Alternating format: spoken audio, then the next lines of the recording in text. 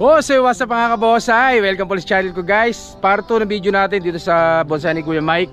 Ano lang po, simpleng vlog lang. Update ko lang kayo sa mga Yang Batangas na nabili natin. Nabili namin kay nabili niya kay paring Louie Seremar ng Batangas mga kabonsai. Update ko kayo after ilang months na, siguro 8 months. Update natin kayo kung gaano kalalaki mga sanga niya mga kabonsai. Talagang yung iba, grabe lalaki na sanga. Talagang ano na po.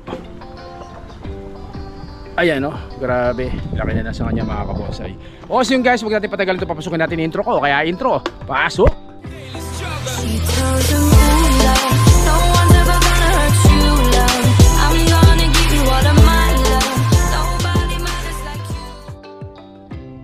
At so yun na nga mga kabonsai. So ito galing ito kay Louie. Yan, yung isa na to.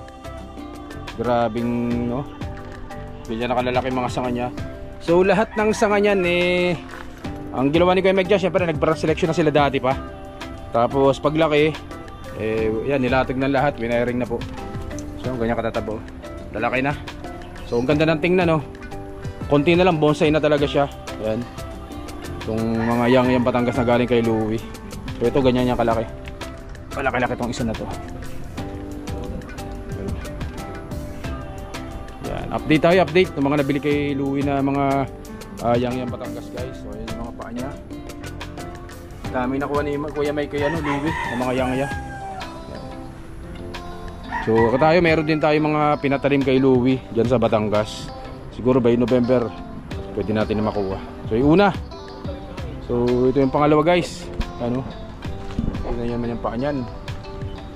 Ang paa pa lang talagang ito ang binabayaran sa yung mga paa na yan. At syempre dahil talagang isa sa napakagandang materyales ng bonsai, dahil yung dahon po niyan ay sobrang pipino, sobrang liit. Ibig sabihin ay napakalalaki ng mga puno niyan, pero ang mga dahon po niyan ay napakaliliit, napakapipino, kaya talagang maganda siya pang bonsai mga kabonsai. At syempre hardwood siya, ibig sabihin ay matagal ang buhay niyan mga kabonsai. Yan. So yan buwabaw na yung mga wire sa sanga. Tinan mo yung kuko ko, yan kulay itim, napukpok na martilyo yan guys. So ayan, lalaki na rin ang mga sanga niyan.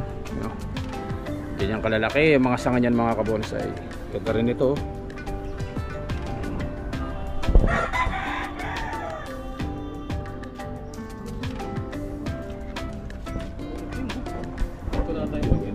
Ang dilim, ayan po guys, medyo ulan na naman.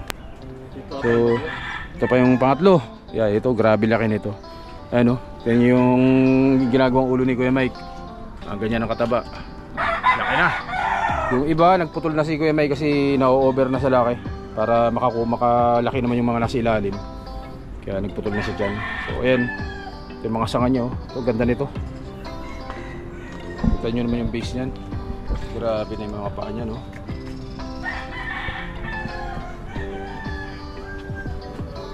So ganyan kapipino ang mga dahon niya, ganyan kaliliit. Kaya talagang isa sa napakagandang bonsai mga kabonsai.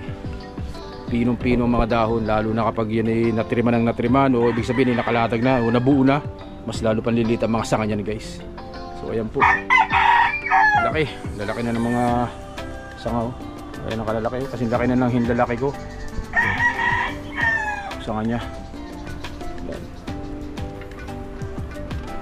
Yang Batangas ni Louie Seremar.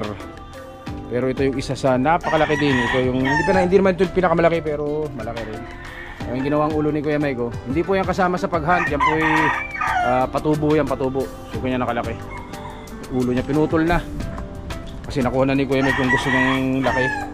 So yan, yung iba medyo malilit pa yung sanga, pero habol yan. Yan yung base nyo.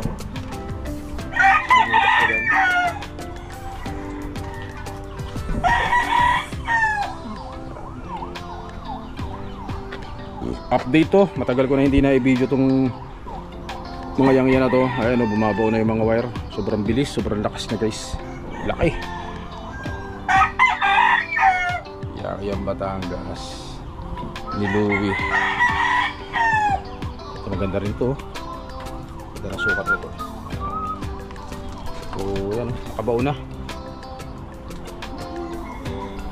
Lahat ay nakalatag na po yan mga kabonsai.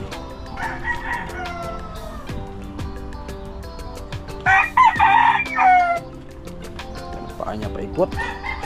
Siyempre, yan ang ibabaw niya. Ay, lakas ng ulan. Ayan ang ulan.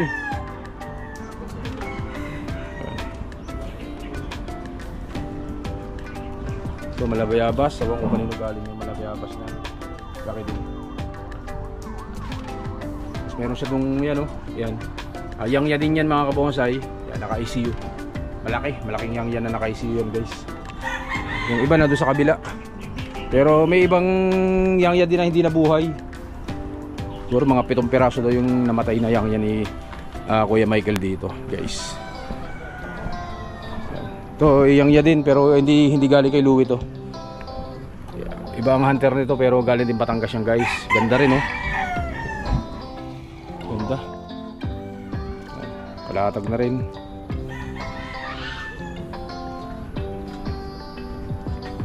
Laki rin na sanga oh.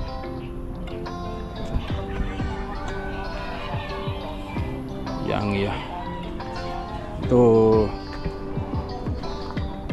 hindi rin galing kay Louie yan. Iba rin ang naging hunter nito ni Kuya Mike pero galing din po ng Batangas yan guys. Yan mga sanga niya. Yan. Lalaki na rin oh.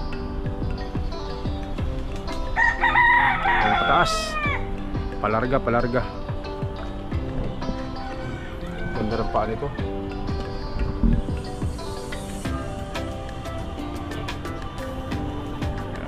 Yang Batangas.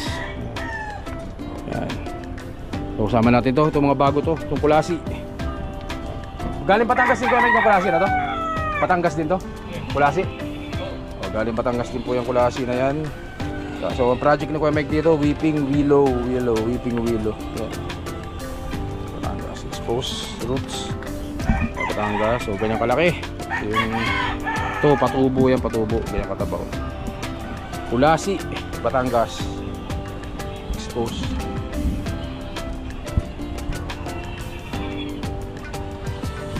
Roots guys. Siyempre sama na rin natin dito yung mga buo, yung mga binibenta ni Kuya Mike to ng mga buong yangya niya. Yan oh, yan po ang itsura ng yangya kapag nabuo. Paano hindi kanya matutuwa. Napakaganda niyan. Yan po itsura niya kapag buo. Yan. Itong huli nito medyo may pahabol pa sila dito na maliliit na sanga. Yan, pero itong ibabaw nabuo na po yan guys. Napakaganda yung ganyan pong kaliliit ang dahon niya no. Pero liliit pa yan pag natriman mas liliit pa yan. So yan yung sinasabi na clouding o nagpading na siya dyan. Kumpul tsaka itong isa na napakaganda sa lahat. Ano? So for sale po yan mga for sale to. Kita nyo naman kung gaano kalalaki sa ganyan. Ano? Yung katataba. Yan ang itsura niya ng ilalim mo. Tapos syempre yung ibabaw niya. Tapos siya naka clouding na rin oh. May mga padding na rin siya dyan. Nakaka-bonsai. So ganyan sila magawa ng bonsai dito. Lusutan, ibig sabihin yan oh, pag sinilip po dyan, silip hanggang sa likod. Hindi nakaharang. Pag dito ka naman sumilip sa kabila, ganun din. Silip din yan hanggang sa likod niya.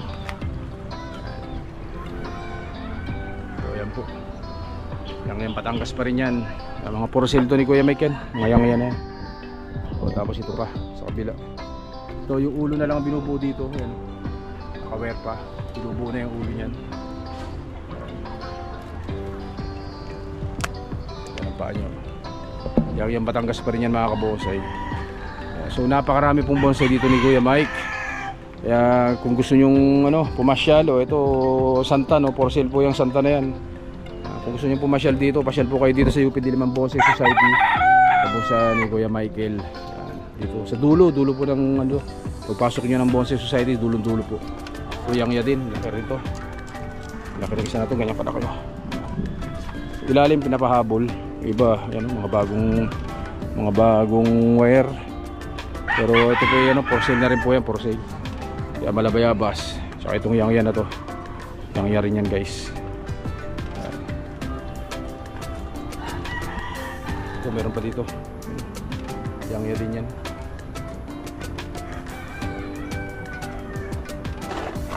Yun. So yun guys, hanggang dito na yung vlog natin mga kabonsay. O baka may makakursulada po sa inyo ng mga yang yan ni Kuya Mike na mga binibenta, mag-PM lang po kayo sa comment section. O kaya PM ka sa OLTV Mix Vlog ko, sa bagong logo ko sa Facebook ko na OLTV Mix Vlog mga kabonsay. So yun guys, yung vlog din, update video lang to sa mga yang yan na nabili ni Kuya Mike kay Louie Seremar ng Batangas mga kabonsay. So yun guys, hanggang dito lang po muna. Stay safe. Siyempre, God bless us all po mga kabonsay. Maraming salamat po. Thank you.